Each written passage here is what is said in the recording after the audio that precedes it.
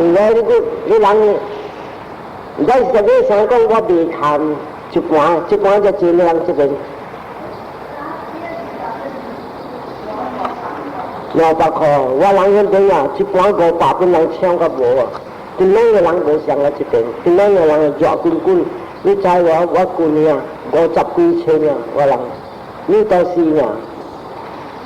Until that's why我食安尼老，还没说我过去按啊。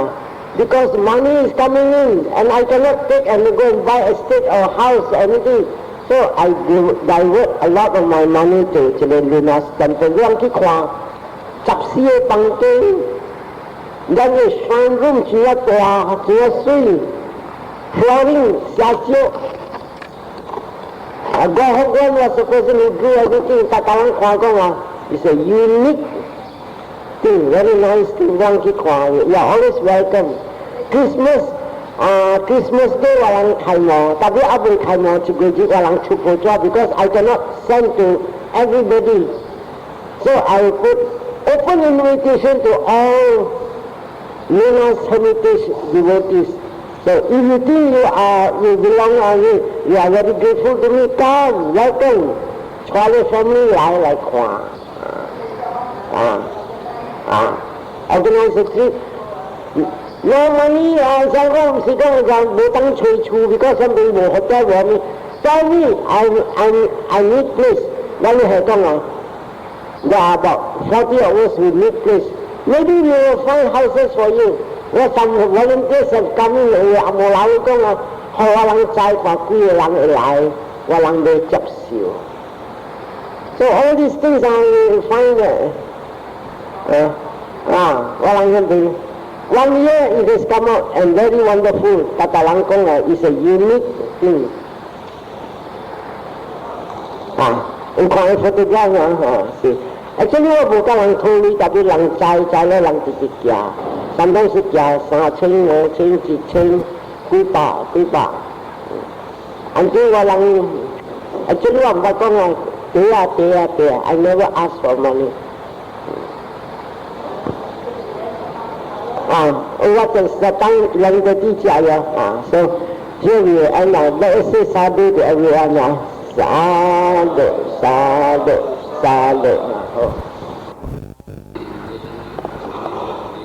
Yes.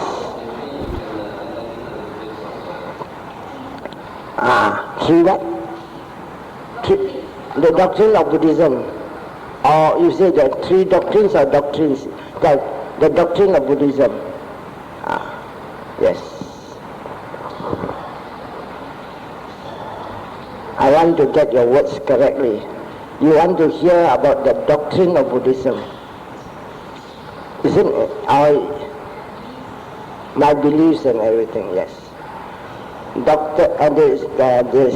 Buddha taught Buddhism for 45 years.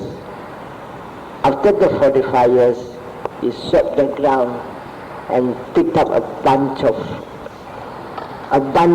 dried leaves, and then he told the bhikkhus, 45 years I've been teaching you.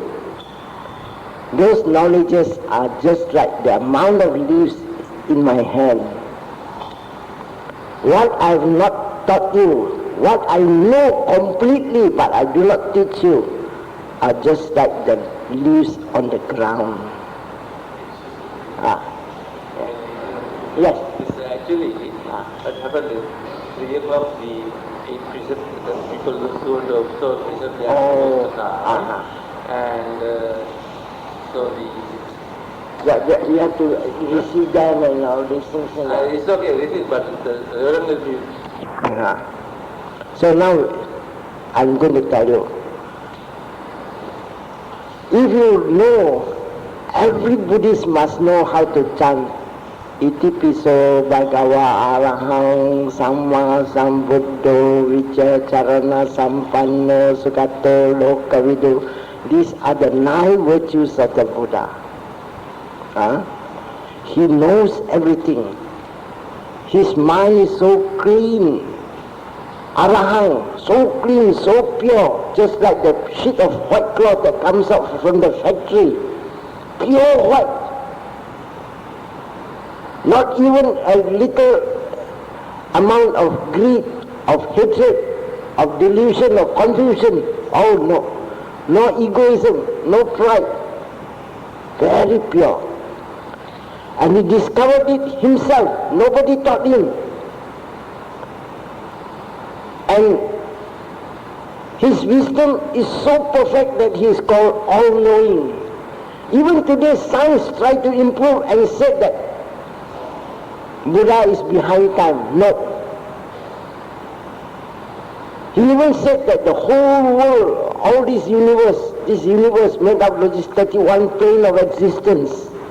And not only this world, countless millions of world systems, all with the 31 planes, from hell, animal, Deta, asuras, human beings, 6 sensual worlds with gods and goddesses, and 16 rupajanas and 4 arupajanas. All he saw, and everyone he saw, countless millions. Today science cannot see that far. Science seems to know that there are planets, universes, but beyond that they do not know. The Buddha saw, all with the 31 plane of existence.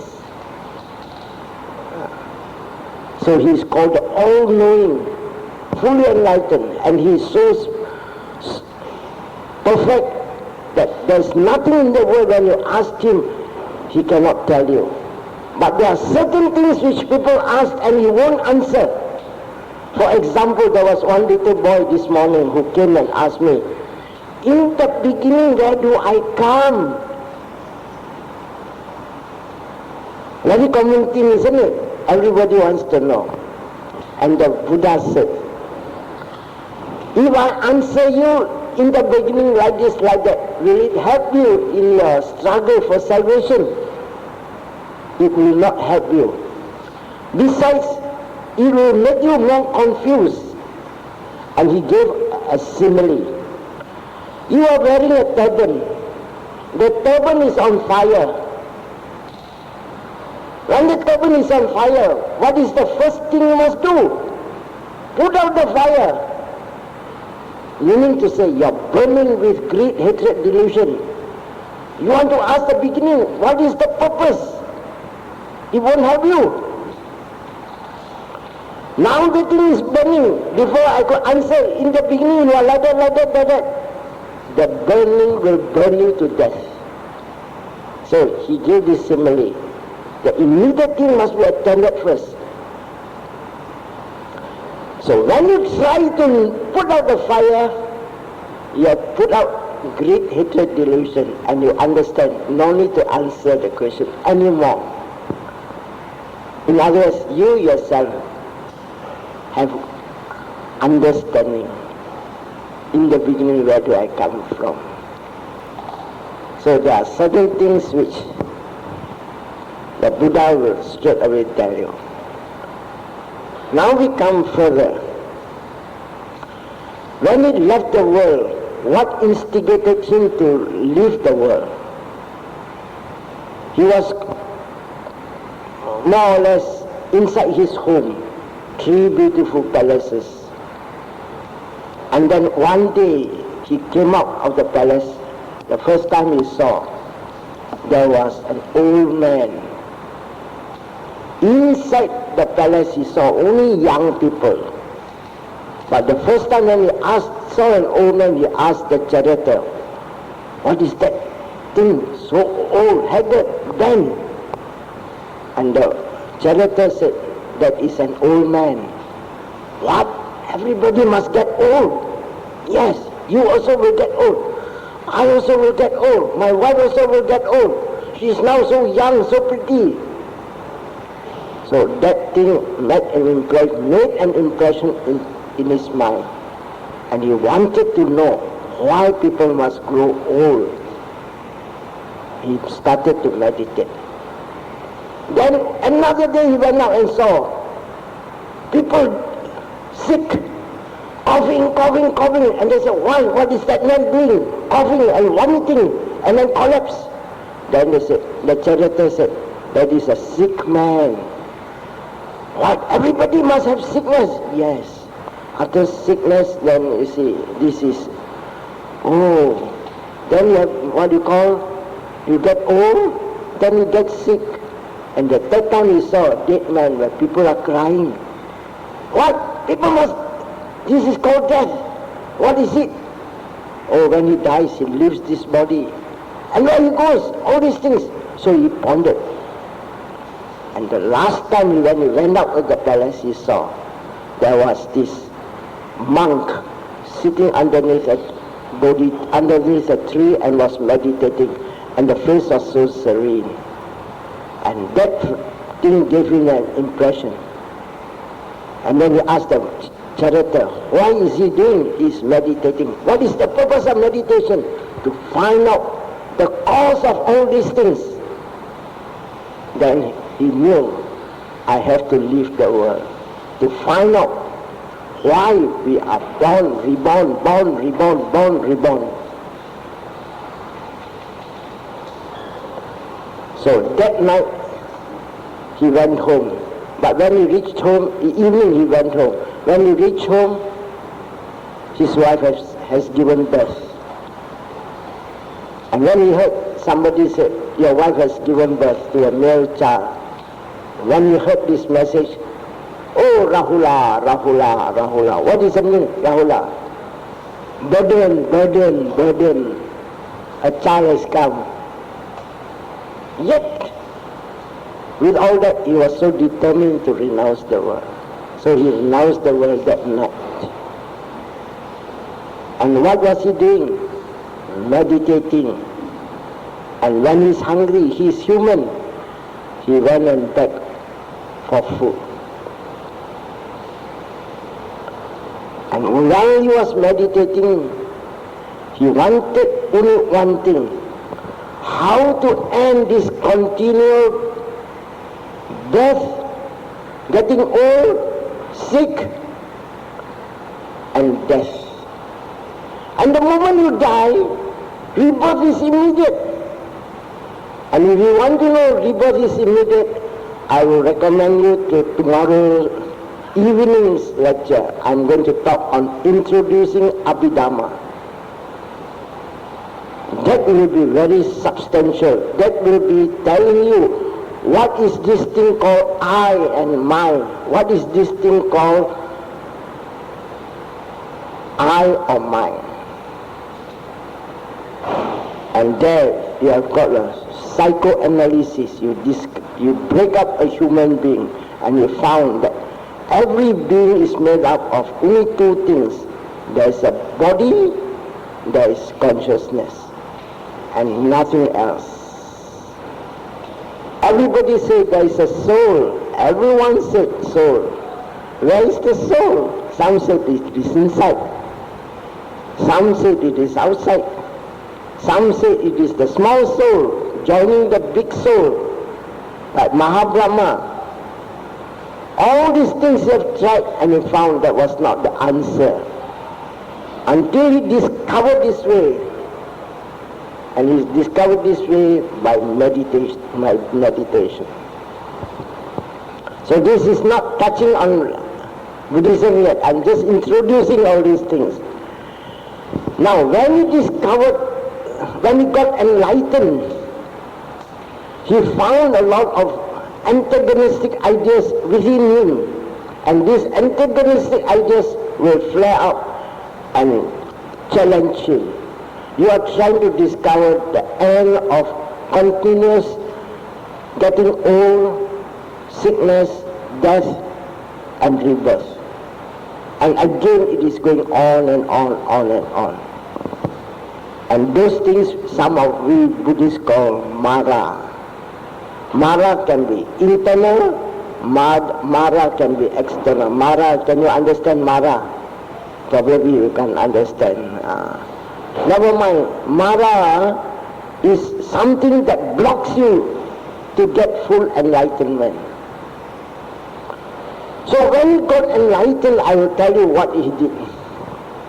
He broke into this, broke into that, broke into this, and eventually concentrated until his mind becomes fixed, and that you call jhanas. Continuously he meditated, then he reached first jhana, second jhana, third jhana, fourth jhana. And when he reached fourth jhana, later he concentrated on the stillness of his mind, and there wisdom factor starts growing. He saw clearly, positively what he was before. 1 life, 2 lives, 3 lives, 4 lives, until millions of lives. How could he do it? The mind is so concentrated, and you can probe into your future. And he saw all these things, no guesswork. And when he discovered all these things, he probed again, and he could see everybody's previous lives. So he could see his own life, he could see previous lives. And he probed again and again until he discovered there's a way out.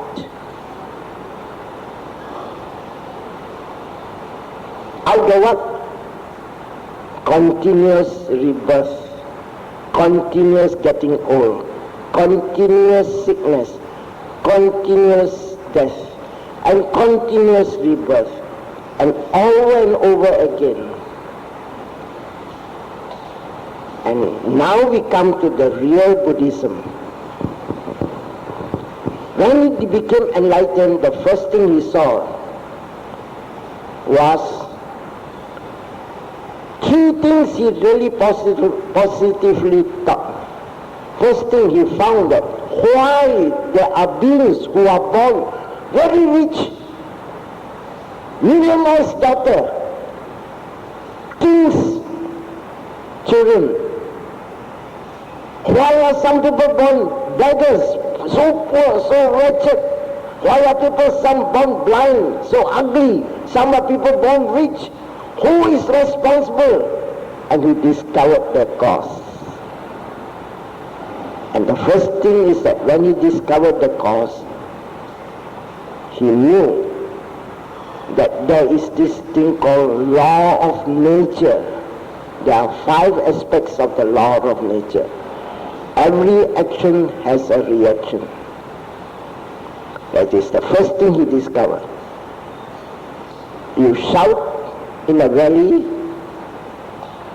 "Hey Jimmy, you stupid fellow!" A little voice comes back, "Hey Jimmy, you are a stupid fellow." There's an echo. That is the origin, that is the re-echo of the results. And he saw with his own eyes why people are born rich, why people are born poor. And the only cause he saw is the mind that is charitable. And why the mind that is not charitable? Those charitable people who has plenty of money, who saw people in hunger, willing to cut his money or his, not money, this food or anything. Yeah, you're so poor, here's my food, take it. Never mind if I go hungry. And he found that those people who are charitable, they are saturated with merits to be born in a happy family with plenty of money. Those people who pinch every cent. Have you seen people, when you mix up with them for 10 years, they even never spend it 1 uchakwe? Have you seen this type of people? Very stingy type of people. They never spend any money on you. But you spend them, okay. A lot of this sort of people. And these people, everywhere they go, they have only the self.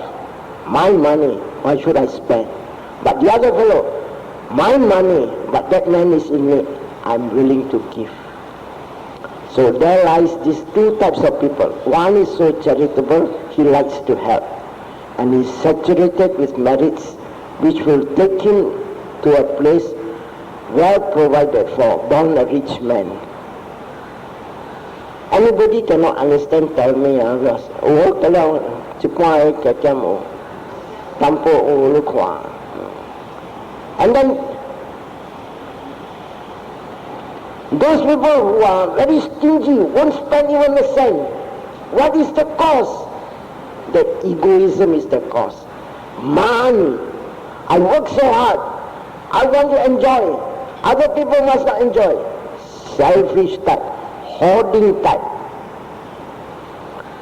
And they have no merits. So the Buddha saw, the first thing he thought, that is charity. And practicing charity is not, oh, you're poor, no money, no money, no money. No. People are in need. The whole world is suffering. A lot of beggars, a lot of poor people.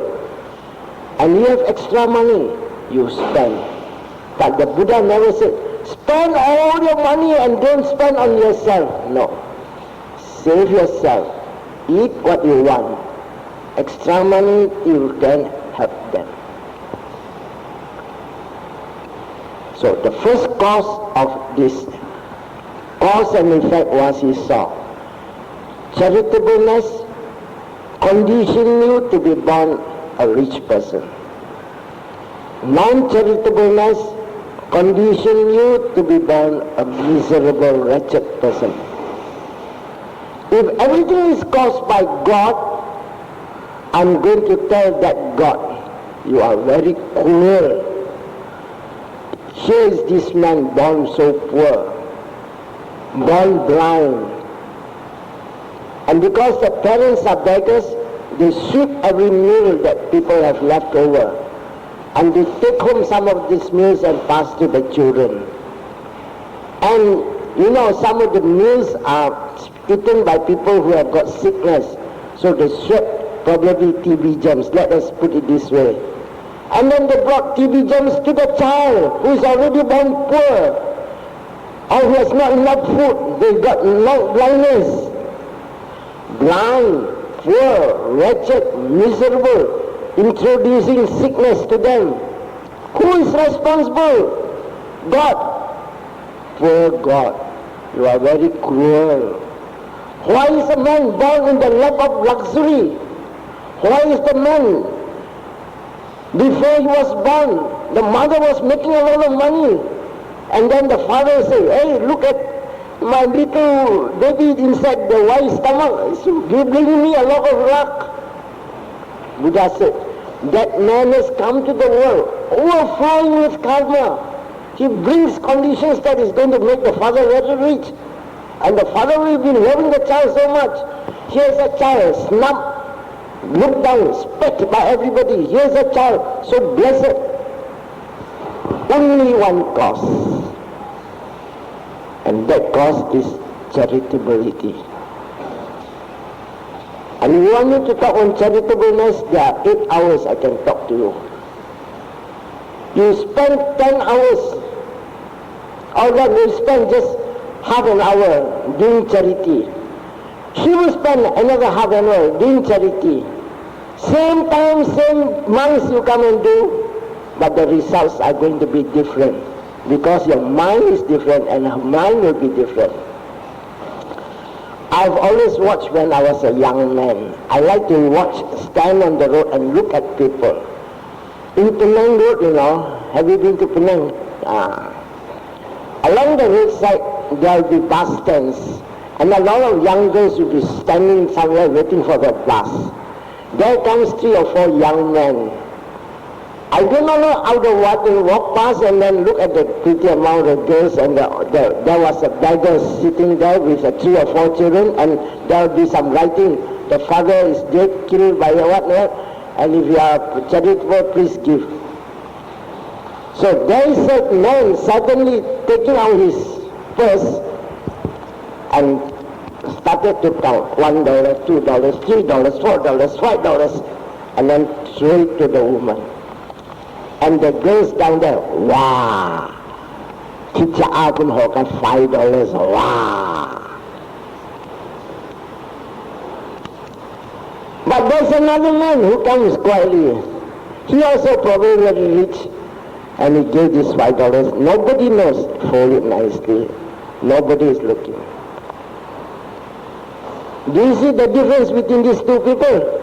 One is genuinely sincere. No name wanted. Don't bother who. But this man purposely waiting that girls are looking at him. Then he started counting. Yatman, Yongman, Samman, Seiman, Ingman, Pram. That's different. One is going to be born very rich. And everybody will be respecting him. Wonderful person, virtuous person. But the other fellow wants a show of it. So, there will be born two rich people. One, well respected. When he comes, you see the carpet will be there. And he'll be walking like a prince. That's the quiet man. But that man who's showing out, he will be born a rich man. But people just snub him. Orang kaya lah, dia duit cakap saja lah. Snubbed at by people. So you find a lot of rich people are snubbed. A lot of good people are worshipped. So, first thing he saw, charitableness saturates you with merits. And the merits you want me to talk, plenty. It returns in food. It returns in your mind. You are laughing always. Or you are crying always. Some rich people cry a lot. Some rich people smile a lot. What is the cause? In the giving, the mind is different. That's why I can tell you, it requires about 8 hours to split out this charitableness. But you can understand it, charitableness is the cause of being born rich or poor. Just one thing. And it gives you opportunity. There are certain people, the moment they think that, if I can have something, it will be alright. Somehow there's a wish. Tomorrow somebody says, suddenly brought him these other things. So this is called, Chinese call it kuijin, or what do you want, what do you aspire, it definitely comes to you. But there are some pretty girls who are praying, I want a very good man, I want to have a wonderful master man, so kind, so good. But somehow he waited, he got a very horrible man. I'm rich. What's the cause? What is the cause? Mine is the cause. So I'm giving you a little of these things. So the first thing is that practice charity. So you are blessed. Number two, you found that everybody has built within him this horrible thing, greed, hatred, delusion, illusion, egoism, jealousy, pride, all these things. And who was the cause? Everything is made by God. If God made this man greedy, hot-tempered, and someone so cool and calm, God, another reason I have to say that you are wrong.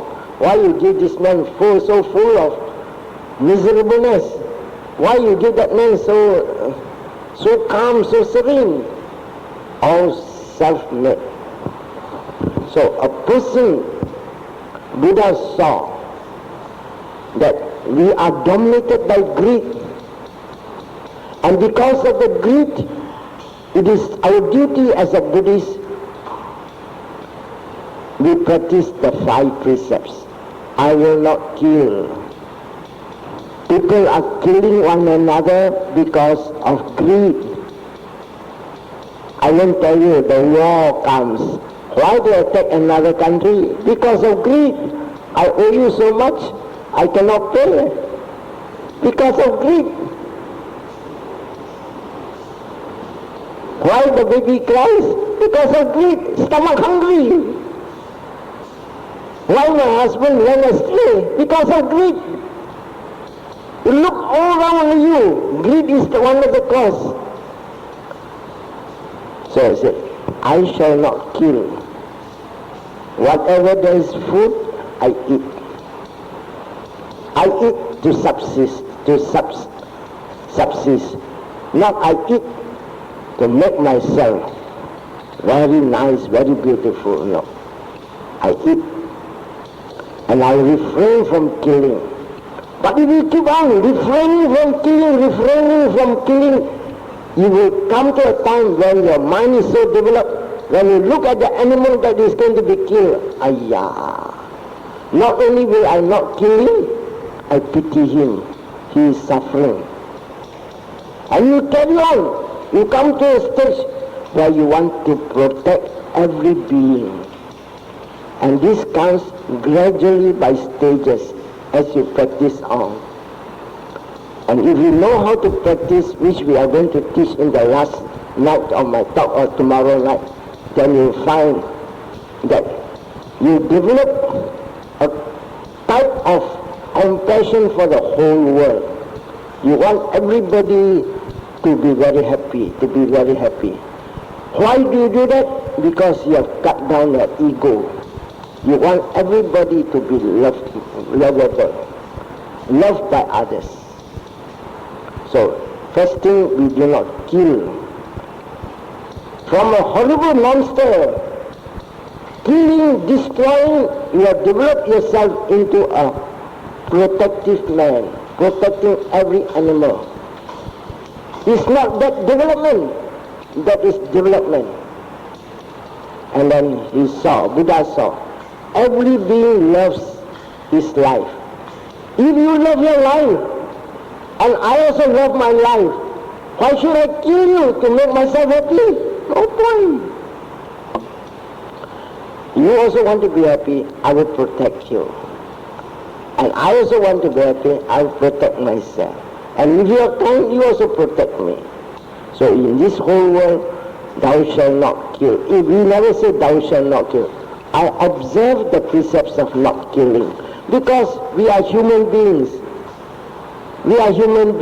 Sometimes we can do little things wrong and then accidentally we kill. There's no fault. I swept the floor. There were a lot of ants. But there was no intention to kill them. I was sweeping them as a housewife to clean the house. No intention to kill. So you are clean and pure. The next thing, everybody loves his property. I also love my property. I shall not steal yours and make you cry. Suppose you have got a diamond ring from your grandmother. If I steal that little thing, and that little thing being very sentimental, I will give you a lot of unhappiness. If I give you unhappiness, what is going to happen to me? Can I be happy? Momentarily I will be happy, but later on I will cry. So that is called the law of cause and effect. So I will not steal. Not only will I not steal, I will always love what you love. You love your ring, good, keep it. Don't be careless. Why you leave it here and there? Protect it. And one day you're careless, I say, here's your ring, why you tuck it here and there? I protect you. So two things. The third thing, have you seen people before their marriage, darling, yes my dear, but after the marriage, you find them fighting like dogs and cats. What is the cause?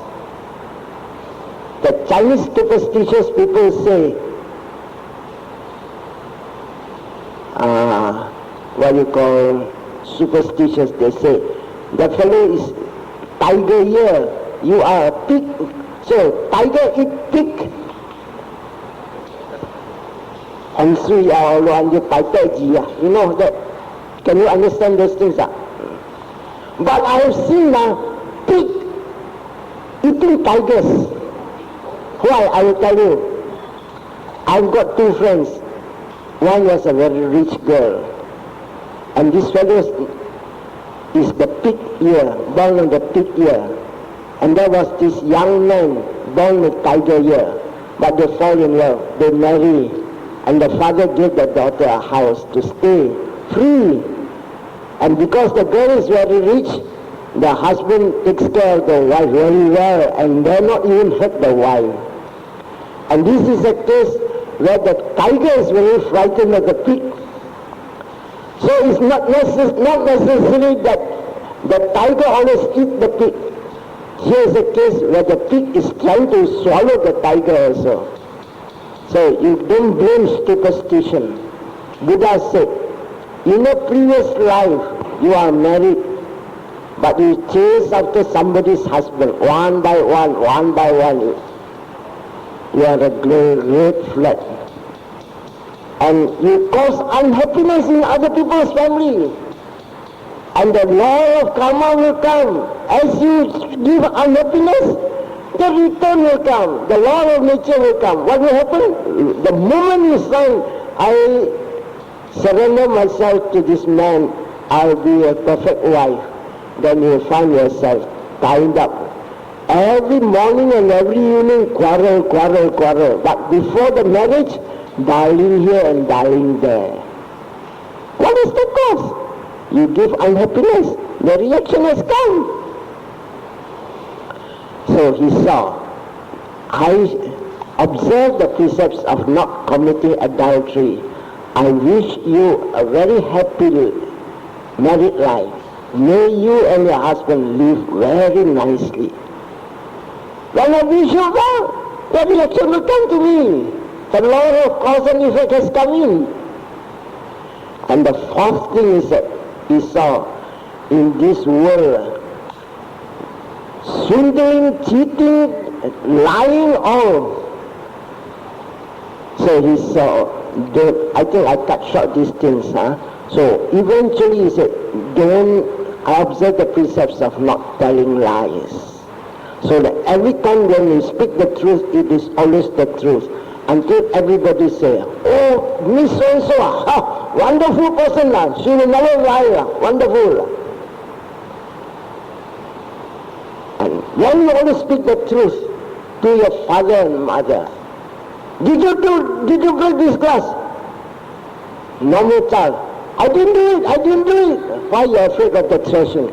But if you are a brave child, Daddy, it was a mistake, I did it. Will you forgive me, Daddy? I'm not. It was a moment of neglect. If you can talk like that to your father and mother, wonderful child. The mother and father will at once not do it. And everywhere you go, people will understand this is a child that always speaks the truth. And Buddha says, the reaction will come that in this world you have no enemies. And everybody respect you. And the last thing the Buddha said, teach all his disciples, don't take alcohol. Because there are three types of people who takes alcohol. Have you seen when people take alcohol, they go to sleep the whole day until the bottle's thing is gone, and then they get up. So these people are born. Why are they born? Dull. Stupid. What is the cause? Alcohol inhibits the mind. So that when he's born, dull and down and not very interested and not talking sensibly because of the after effect of the drink. There's another type, when they are drunk, they keep on talking until the alcohol is disappeared. In other words, the radio has no knob for it to be closed. And these sort of people, you have a lot of people, half mad, guasiao. They will keep on talking, unsensible things. They will keep on talking. When the alcohol is gone, they don't talk anymore. And in this world, a lot of people are half mad. They talk things which they must not talk. And they do, sometimes things that they must not talk, they talk. And there's another time, when they are drunk, they go home, they quarrel, they beat wife and children. I've heard of a case where they even slapped the mother. And the reaction is such that when he is born, 3 years old, 5 years old, 6 years old, 7 years old, born mad. Who is the cause? Why God made such a person blind? I've seen when I was working in Tanjung Rambutan. Do you know what is Tanjung Rambutan? Mental cases. And I was one of those taking care of this people. I've seen a 5-year-old son with a plate of rice underneath his buttock, and he passes motion, and then mix the feces there. And then as you pass by, boom! Be very careful when you pass by, be very careful. But 5 years old, what made him mad? And we have got a case. Every case that is being admitted, we have to find out. Is the father mad? No. Is the mother mad? No. Is the grandfather mad? No. Is the grandmother mad? No. How is this fellow mad? So the Buddha saw the second step. You must practice charity. First step, you must practice charity so that you have got all the merits for a happy life. Second thing, you must keep the 5 precepts or observe morality. When you observe morality, you are placing yourself just like an architect putting foundation. From non-killing, you develop into loving kindness. From non-stealing, you develop charity. From non-violation, you develop loving everyone and children as your own sister, as my own sister, elder sister, as my young sister, everybody. From non-telling lies, I'm faithful to the last minute. Even at the point of being trashed, I've done it, Father. Can you please forgive me? Sometimes I won't go to the extent. Tell the mother, Mother, I will talk in Chinese. Certain things I talk in Chinese. Mama ơi, 先拍歌俾你嘈，驚住我嘈了，你原諒我好無。I think the moment when you utter this words, the mother's tears will roll down the eyes. Ayah, this little boy pleading, say, even the God also sometimes make mistake, and I as a human have made mistake. Can you forgive me for this? The mother will immediately throw away the thing and will go into the room and wipe the tears. Wonderful child. Although he has made a mistake, but this child is so wonderful. So, 2 things already he has taught. Charity, so that you cut the self.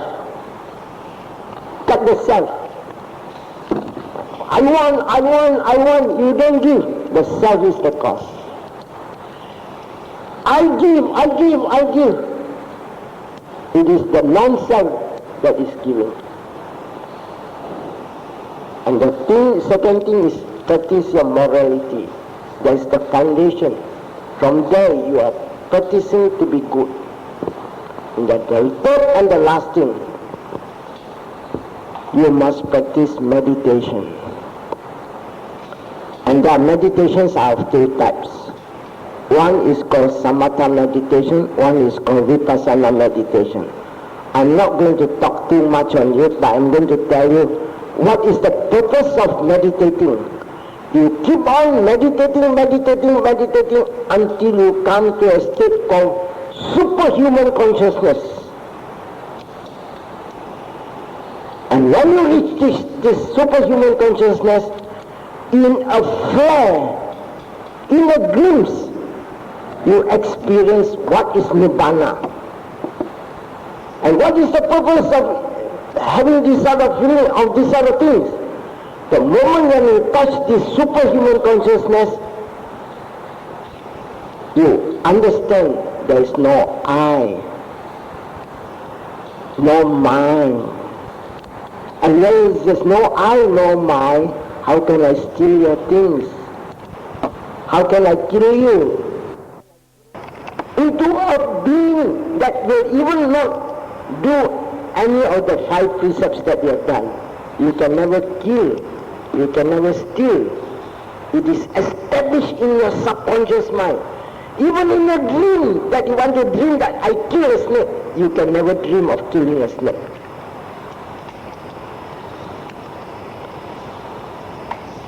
Even you ask him to,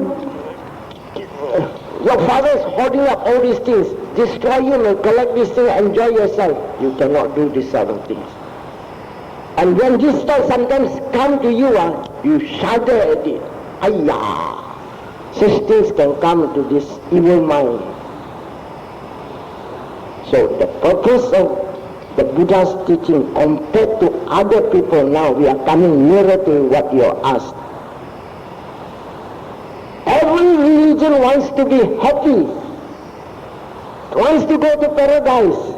The Christians want to go to paradise. Muslims want to go to paradise. Hindus want. Buddha also want. But what is this paradise that they are seeking? Now look, let us take the Christians.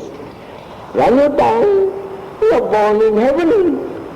Together, probably Jesus Christ might be there, all these things. Or you may say, you may be developed into another form, waiting for the salvation day, and all these things.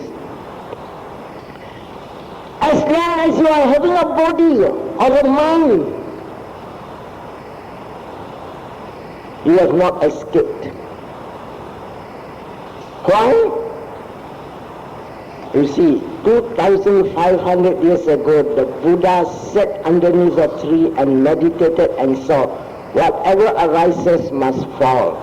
If you have a mind, can the mind be stationary? No. It falls. When it falls, it comes up. When it comes up, it goes down. And at what rate? More than 1 billion times between the snap of 2 fingers, between the wink of an eye, between the flash of a lightning, the Buddha saw. More than 1 billion times. It arises and falls, arises and falls, arises and falls, arises and falls. Pop, pop, pop, pop, pop, pop. More than 1 billion times between the snap of 2 fingers, between the wink of an eye, between the flash of a lightning, the Buddha saw. More than 1 billion times. It arises and falls, arises and falls, arises and falls, arises and falls. Pop, pop, pop, pop, pop, pop. So when you reach this superhuman consciousness, you understand there is no I. If you want me to clarify this, I'm going to clarify, but it will take more time. If you are prepared to listen, I will tell you there's no I. There's only seeing, there's only hearing, there's only smelling, there's only tasting, there's only touching. You are making me go into deeper and deeper Buddhism. So when you touch this superhuman consciousness, you are transformed. You can never do anything that will take you down to hell. No more hell, no more animal world. And if you want to query me, are you sure that if I die I will go down to hell or animal world? I also can prove to you, because modern psychology has shown spontaneous combustion. If you go to England, you go to the Tower of London. Every morning there will be somebody coming out and telling, in this Tower of London who was executed, there will be this being, that being, this being, that being, who was constantly seen. And the name in that book, called The World's Greatest Ghost, and they mentioned Queen Elizabeth II saw it, Princess Margaret saw it, Queen Mother saw it. Abraham Lincoln born and then was killed. He was seen and he mentioned Eisenhower saw it. Truman saw it. Many things, I'm just telling you. If they are not true and they are printed in books, they can be sued. And of all persons, it was Queen Elizabeth II saw it. Princess Margaret saw it. And a lot of that books. You want me to, any question that which I thought and you are doubtful, you are at liberty to ask me and I'll explain. I've come here to explain things which I'm positively certain, and that is by logic. But if you want me to probe into meditation, I'm also ready to talk to you, if you are prepared to hear. So, the idea of this meditation is to attain that superhuman consciousness which the Buddha called supramundane consciousness. And it is not easy. It is very difficult. And we try and try, and there are a lot of people who tried and got it. And the strange thing is, when they get it, they seldom talk to you about what they have heard. Because every word that I'm using now is a concept. When you experience Nibbana, it is outside concept. When it is outside concept, I cannot talk to you. I say, Nibbana is like this. Clean and calm. Clean is a concept. Calm is a concept. But when you experience it, you are dumbfounded to understand what it is. And this superhuman consciousness being very difficult, which we try. And I'll tell you, we meditate 18 hours as a minimum day, struggling for many months, sometimes 1 year, 2 years. And then we touch it, then we understand it, then we can explain it. Up to a certain limit. Then you carry on again your meditation. Again you carry on. Then you will touch the second stage of sainthood, which you will experience once again. What is this thing called Nibbana? And when you touch the second thing, another transformation has arisen. Your greed and hatred weaken, so weak that when people argue with you, you just walk away. But the soreness is there. And that is only the second stage. But if he keeps on repeating the same thing all over again, he will touch experience of Nibbana for the third time. And that is the time he becomes so transformed that when he look at the wife, he will tell the wife, today onwards you are no more my wife. You are like a sister to me. In other words, he, although being the legal husband, will not even touch the wife by hand. Transformation. First you transcend. You see, it changes you. And greed, anger, completely no more. You spit at him, he will just does that make you very happy? Like that. No wonder. You try to provoke him, cannot. And then he practice again, concentrate again. And the first time he experienced this, and what is it going to happen? He reached the full stage of Arahanta. He look at you. You miss what? I forget. There is no Miss Chan. You are Mrs. There is no Mrs. Tan. You are Miss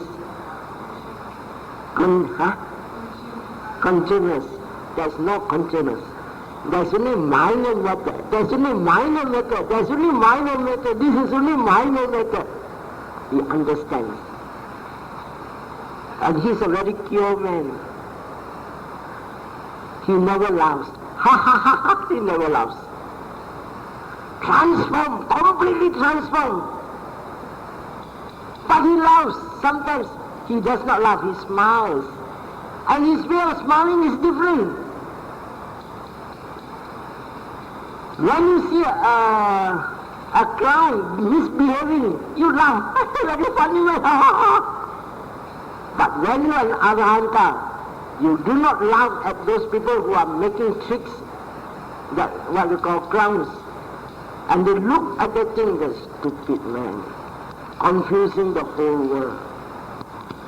And what do they smile on? There are beings which people cannot see, they see. And when they see, they smile. Why do they smile? Their conception is this: that sort of figure, that ugly figure, I've escaped. No more. And he smiled. Previously I also suffered like that. Now I've escaped. And he smiled. His good fortune.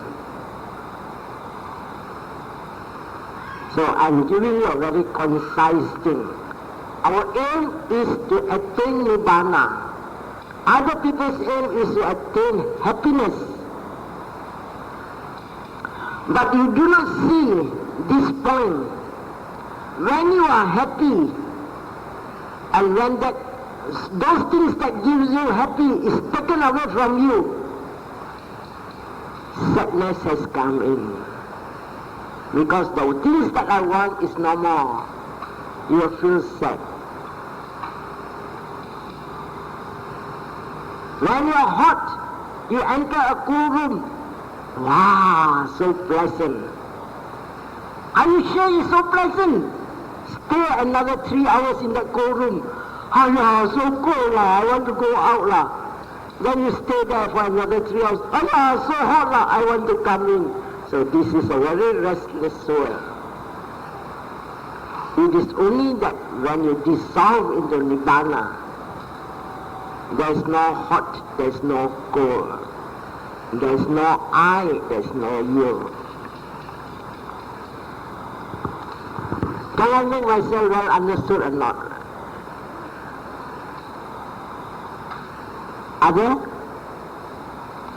Other beings. Everybody has a mind and a matter. Today you are a human being, correct? Human is only a concept. Actually you are just a mind, which is correct, and a matter, which is this body. Take a cat. It has a body. It has a mind. Take a ghost. It has a body. It has a mind. So when I say beings, mind and body is it. Even a deva, a god, he has a body. He has a mind. And when you have a body, body is impermanent. Mind is impermanent. And don't go far. You just practice 2 months, you can see the mind is always changing and the body is also changing. So our thing is we attain Nibbana. But many people say Nibbana is this, Nibbana is that. When they say Nibbana is this, Nibbana is that, the Hindu say our Nibbana is like that, like that, like that. Everything he described is wrong. Everything he described, Nibbana is like this, is like that, is wrong. Because every time when you use words, it's a concept.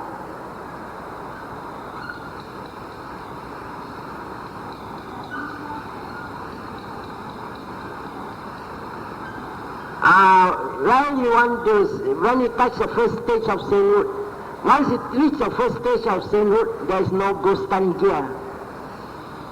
No Gostangia means that the car only goes forward. You never say after touching the first tangia and then I'll come back to the normal human plane of existence. No.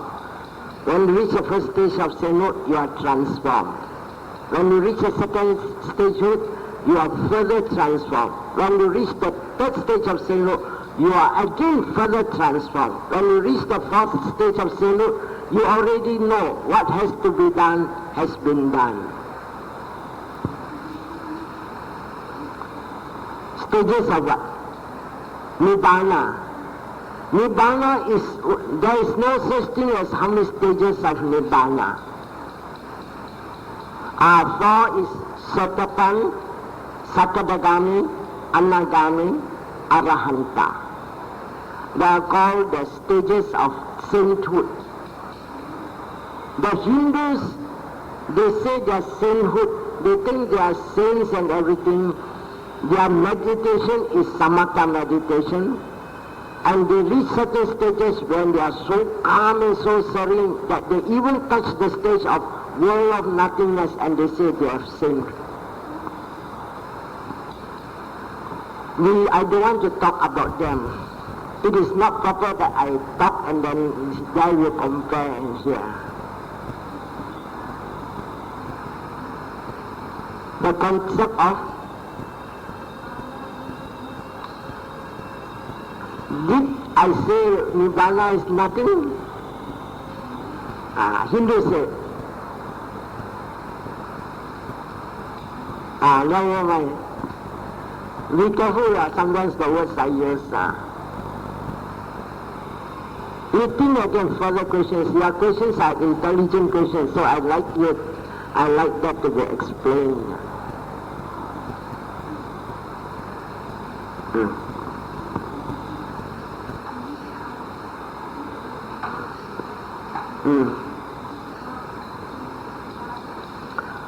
When you are practicing meditation, there will be certain stages. If you are taking samatha away and gradually you switch on to vipassana, you will have certain stages of miracle powers.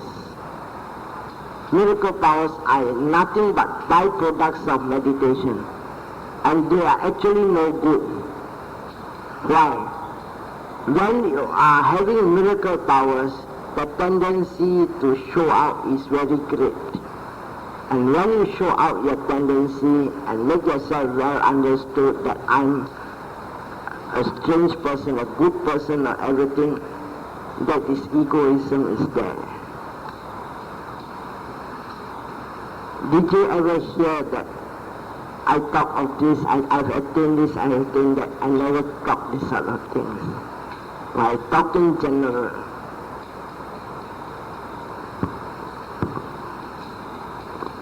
Auntie, sorry, what we have called Hokkien. Sometimes she can't understand. Sometimes, so I have to sympathize with her. So anything that you like to know about Buddhism, in your case? Yes. Yes. There are a lot of books all over the market about Buddhism. Please be very careful. Buddhism, and you take it, and it's all wrong. These are people who have been led astray. Remember when the Buddha said, I teach you how to cut away greed, hatred, delusion. If you go to some monks, they will teach you how to strike a chord number, how to do this, how to do that. Instead of letting go, giving up, you are trying to come in.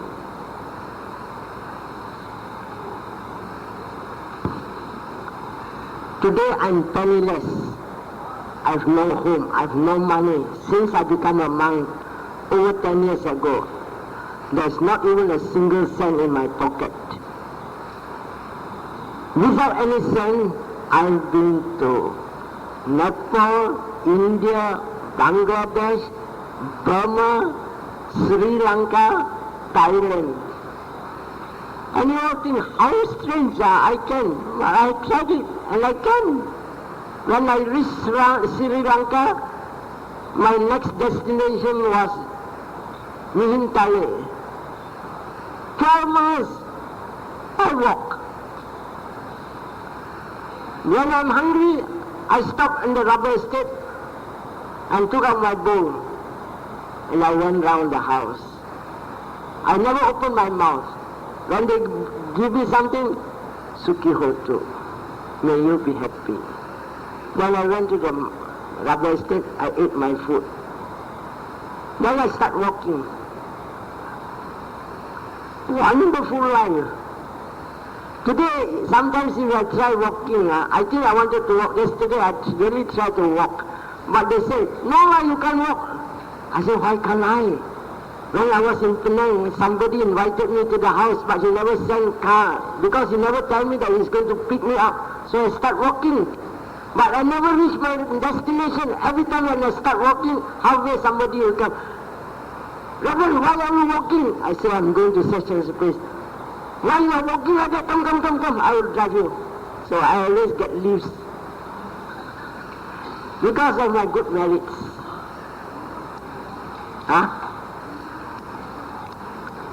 Mostly when I go about barefooted.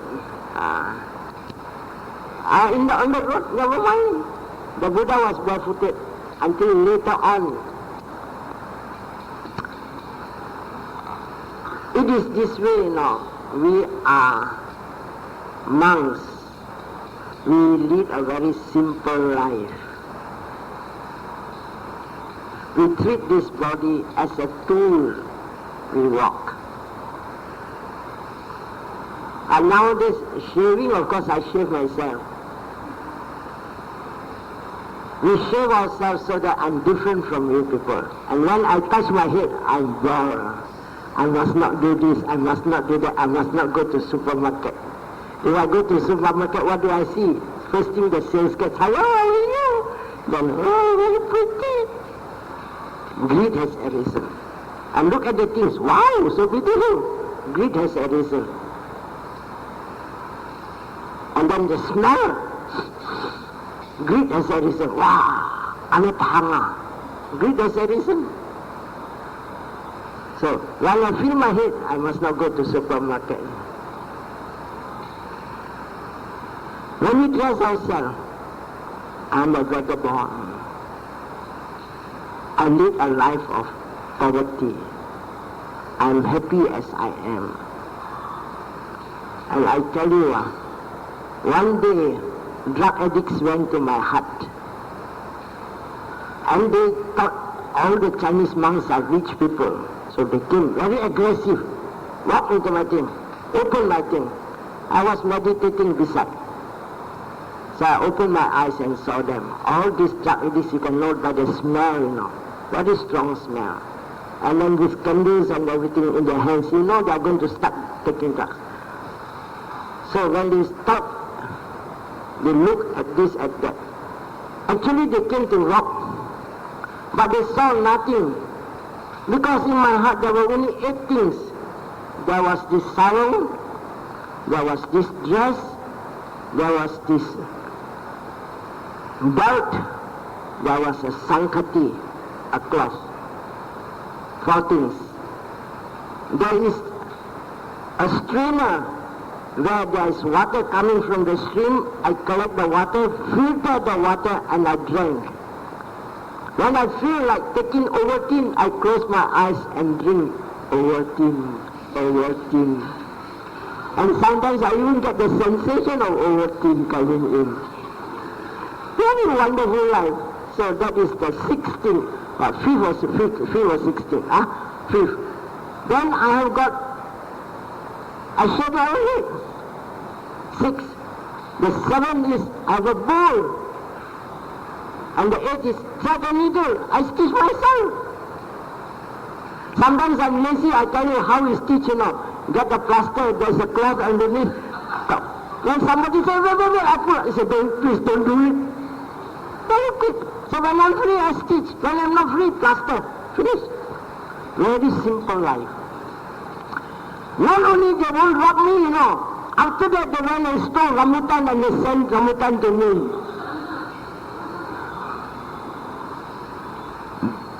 Thieves won't steal their things.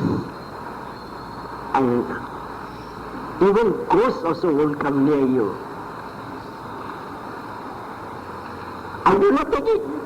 I say the time is past. After 12 we don't eat anything. The time is past. Thank you for it. I never hurt them. We never keep anything overnight. We live from meal to meal. That's why we are very happy.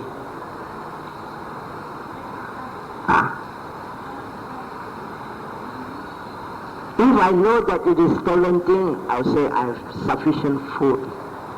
I have got to avoid it by not hurting them. I don't say because you steal it, I'm not going to eat it. You will hurt them.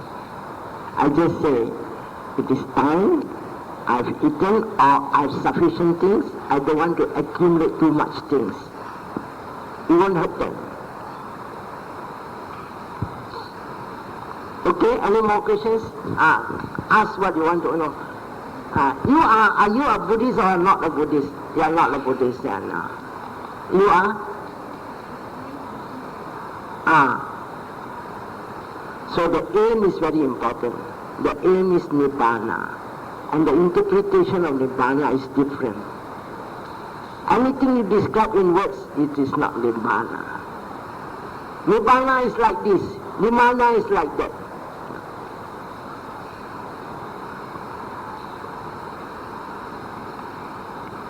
Any more questions today?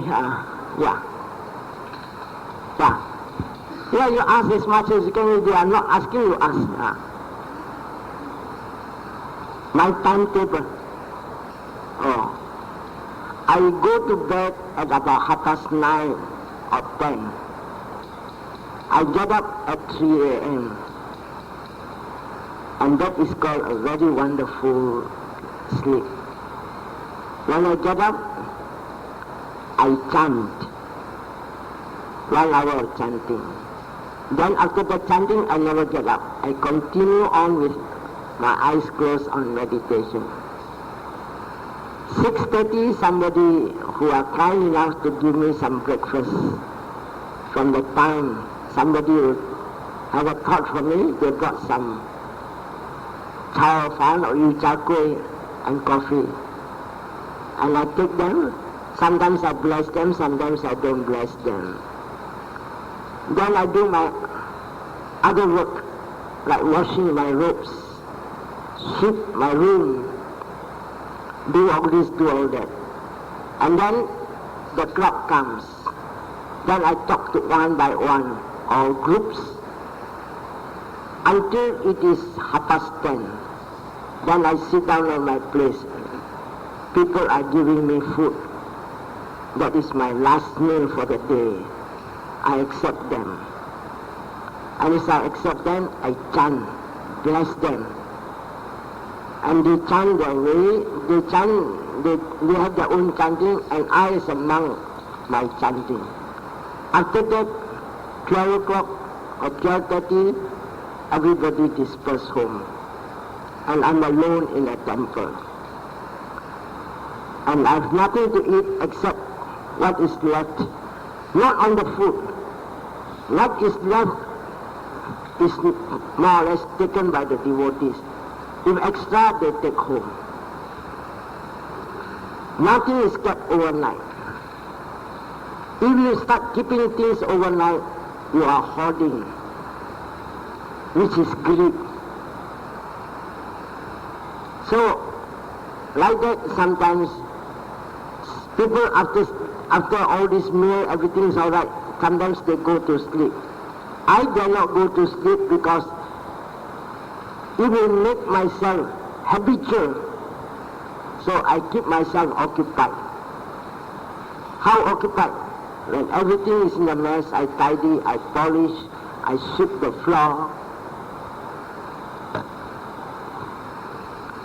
Then, when it's free, I meditate. When time comes to water the plants, I water the plants. After watering the plants, I meditate. Nothing to do, meditate. And then when it is time for me to go to bed, 9:30, the latest 10 o'clock. And it is a very strange thing. The moment I put my head on the pillow, and you have just to count 1, 2, 3, up to 10. I've left Penang and I've reached Singapore. Because the mind is so clean and calm that I just sleep it off very nicely. No tranquilizer. Last night I was talking the 4 tranquilizers of the world. If you practice those 4 things which I taught you last night, you are taking tranquilizer without seeing a doctor. Very wonderful, very pleasant. This is Kuala Lumpur. In other words, I was already in sound sleep. You can see some people torment here, there. No, this one, no, I'm just putting a little joke on my thing. Don't think that I really walk it. Yeah. You will have dreams, but you will have dreams. Until you reach sainthood, no more dreams. No more dreams. When you are complete sainthood, no more dreams. That is the first stage of sainthood, no more dreams. But while you are in the lower stages, you always dream sometimes. And the dreams that you dream are very pleasant dreams. If you want me to talk, I can talk to you about my dreams. Sometimes I fly here and fly there. Dreams. These are nimittas, When your mind is very pure, you'll find that your body becomes light. And when the body becomes light, the mind also floats also. So you dream that I flew here, I flew there, and I met this, and I met that, and all very pleasant. No such thing as a monster chasing me or everything, no. I'm just telling you, there are a lot of these sort of dreams where I fly here and fly there. These are dreams to me.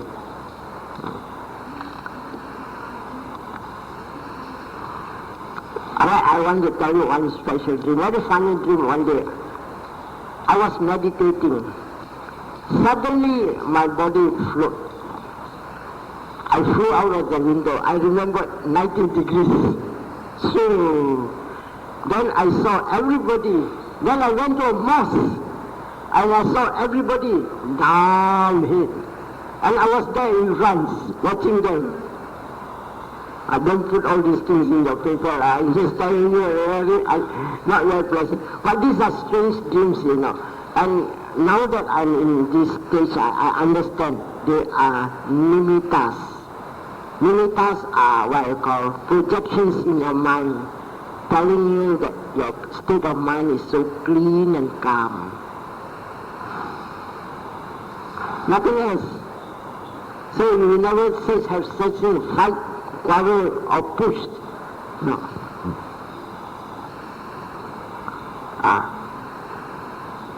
Also don't say the word Islam, please don't do that. I saw another ring all bowing down to me, and I could see them and they could not see me. That's a very wonderful thing. My mind was very calm. Towards them, we were thinking that they were paying the respect. They were paying the respect to the Allah. And I saw them. Everybody is trying to do good. No harm.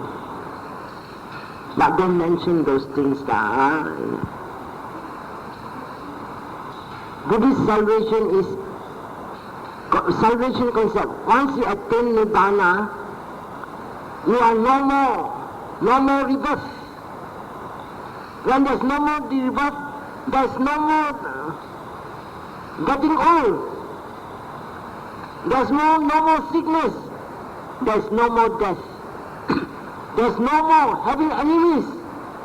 There's no more separation from your dear wife and children. There's no more somebody provoking me.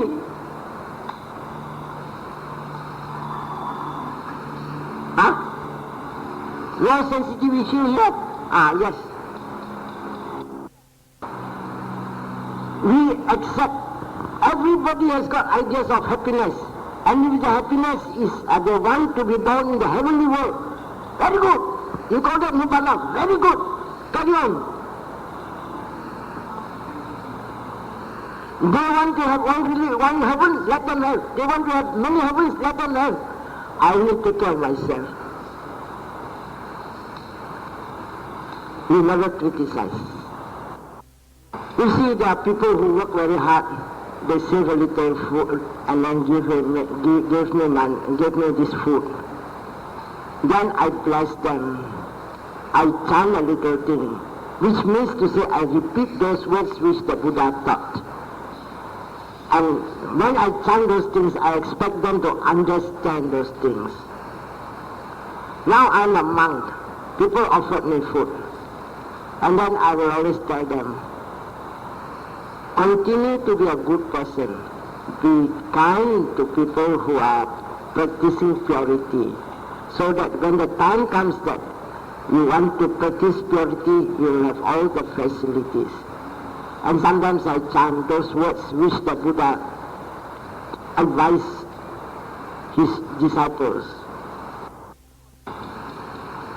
Supposing that a group of students came to me and then they say, oh, why you all come today? Bante, another 1 week more exam lah. We want to pray so that we have got good luck lah in the exam. Then I put chant a little bit in the sense that may you be blessed in everything you do. What you wish may come true. May you pass the exam with flying colors. But if you are going to see TV up to 2 a.m., how can you say, I want to have 9 A's? Cannot. I'm blessing. No, I will not say, I will chant my blessing and then try to be a good person.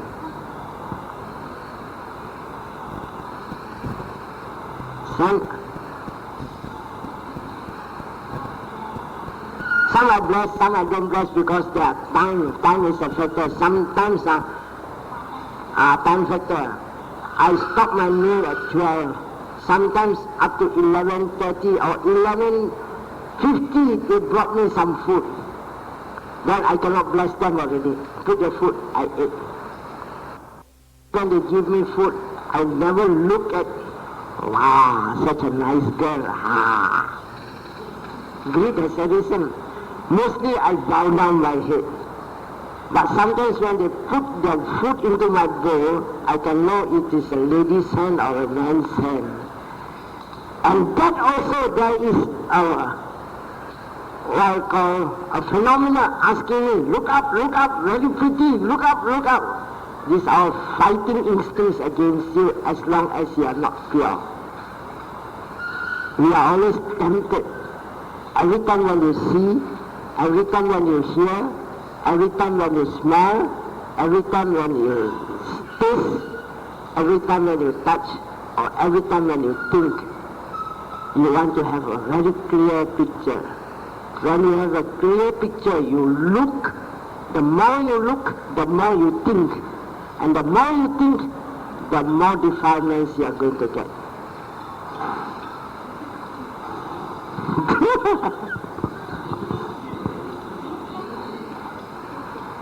Yeah, no. That is because you are not pure still. I'm just telling you all these things. These are points which we are learning and practicing until there comes a time that you are not interested who gives you food. Every time when I go begging, I put my head back down. I never watch who is giving me. But when you are a beginner, the moment that you put the thing, you know it is a lady's hand. And because you are a beginner,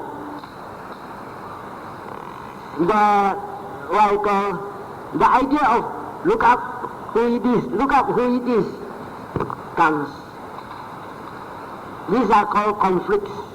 You are asked not to see so that you cut away all your sense attraction. Can understand that? If he accepts the teachings of the Buddha, he is a Buddhist. No need. Not like the Christians or the Muslims. You must be circumcised, you must be blessed. A Buddhist, the moment you know how to kneel down and say, Buddhang Saranang Gacchami, you are a Buddhist. Feeling for you, and then on the whole, wow. What are you thinking? Do you know Buddhism? You don't know. Never mind. But the Buddha comes, Choho, Choho, do good. And your idea of good, you think it is good. Never mind. I will tell you how I become a Buddhist. Actually, I wanted to be a good Buddhist. And when I was 5, 6 years old, I approached my neighbor and asked my neighbor. And that neighbor happened to be Kaunya, Tejunanga, Kaunya. So I told that this Kaunya Che, sister, can you teach me how to be a good Buddhist? And this lady, being a Buddhist of another origin, told me, kill lizard, Chilenga, Pasi Chilenga lizard. Then I was at that time about, may can say 6 years old. I asked, why killing lizard is a good thing? Tell me. Then she said, lizard always pass motion in the Kuchama Kaukakting. Kuchama means goddess of Moses' forehead. Then other places they like Kuchama Kaukak. They always like to pass motion there. Then 6 years old, I tried to see why they like to pass motion there. And I was staying in Nimbong Nibal. You know, Nimbong Nibal is a town in southern province, Leslie. That town is famous for mosquitoes. Every evening you can see hundreds of mosquitoes all on the wall. And it was the Chinese custom on the hall, they have the Fuchama. And they have a light. At night they close the main light, leaving only this oil light. And this oil light reflects the light onto the roof. And that being a bright spot, all the mosquitoes will collect around there and eat this and enjoy the light there. And lizards like to go up there because the section of mosquitoes, they eat a lot, they pass a lot. And exactly where they pass, the Huchoma is there. So it was quite logical. And there was such a saying in the Chinese saying, 拍起假心汤，也做假三年菜。 Meaning to say, if you kill one lizard, it is better than taking 3 years of vegetable diet. So I started killing. I even have a notebook. Today I killed 5. 3 times 5, 15. 15 years of vegetable diet. Tomorrow I kill. Day after tomorrow, no more lizard in my house. I went to my neighbor's house and people were very happy. Oh, good. I went to all the shops and started killing. And I killed a lot of lizard. Not knowing I was doing cruelty. That's why in the Buddha Dhamma, avijja paccaya sankhara. Because we are ignorant, we do a lot of silly things. And for that, we suffer. Shakespeare said, there's a tide in the affairs of man, which taken that the flood leads on to fortune. So maybe your father or mother here now. Mother, oh, I know. Mother is good. I u xian kim, I tia. Xian kim means she has got maturity. She likes to hear. Other people have no maturity because they have not been doing any good. And the mind is already constricted, not expanded. And I will tell you of one case in Penang. There was this military man, and suddenly he retired. And then the wife was always coming to my temple and listening to a lot of my tapes. And every time when the wife heard these tapes, the husband will shout, silly nonsense, you are buying all this tape, wasting all this money. And the wife wanted to tell it to the husband. You must change. Don't criticize. Listen. So, one day the wife was very witty. She left the tapes, everything all well recorded, placed it on the table, she ran off shopping or anything, disappeared from the house. Out of curiosity, this old man turned on the tape and listened. After listening to the tape, he told the wife, any more tapes, please bring. Maturity has arisen. Straight away, he saw very meaningful. If you are not going to practice, you are going empty-handed. No merits, no maturity. What is going to happen? Nobody knows. But you have developed yourself. You know you're hot-tempered. You control your temper. You know you're greedy. Control your greed. After all, you're old. And this man eventually every day came to my thing and pinned that up. And he was 70 years old. 70 years old, Balucha in our chair. Maturity has come in. So don't blame your father. He's a good father, but the maturity has not. Take his time. There's another clerk working in USM. The father and mother refused the daughter to come to the temple. He said, don't go to the temple, silly. You always go and hear Suwano tell you all sorts of things. Eventually you become like a nun. So they won't allow the daughter to come. And the daughter told me, every time when I want to come, I have to tell my father and mother that I'm going somewhere. When I say I come to the temple, they will scold me. So I told her this. Wait for the opportunity. That's what that Shakespeare said. Wait for the time. So one day in the good evening, the daughter said, Mama, Daddy, I'm a growing child. Every time I go to the temple, I heard Suwano's tips. For me, I never know how to worship my father and mother. Today I'm working and I'm earning and I'm giving you all this money out of, because Suwano told me how to respect the parents, how to be grateful to your parents. So he has taught me a lot of wonderful things. Did you see that? He said, no, I don't want you to go to the temple because this fellow gave up his wife and then eventually he also be a nun, he also give up the father and mother and then he also... No, he never taught these things. He said this is maturity. So he told, Father, all right, you don't want me to go to the temple. I will not go. But I'm a growing child. I must mix. You cannot say, shut yourself in the room and then you must mix. So, supposing I go out to the world and I mix with some friends who are drug addicts.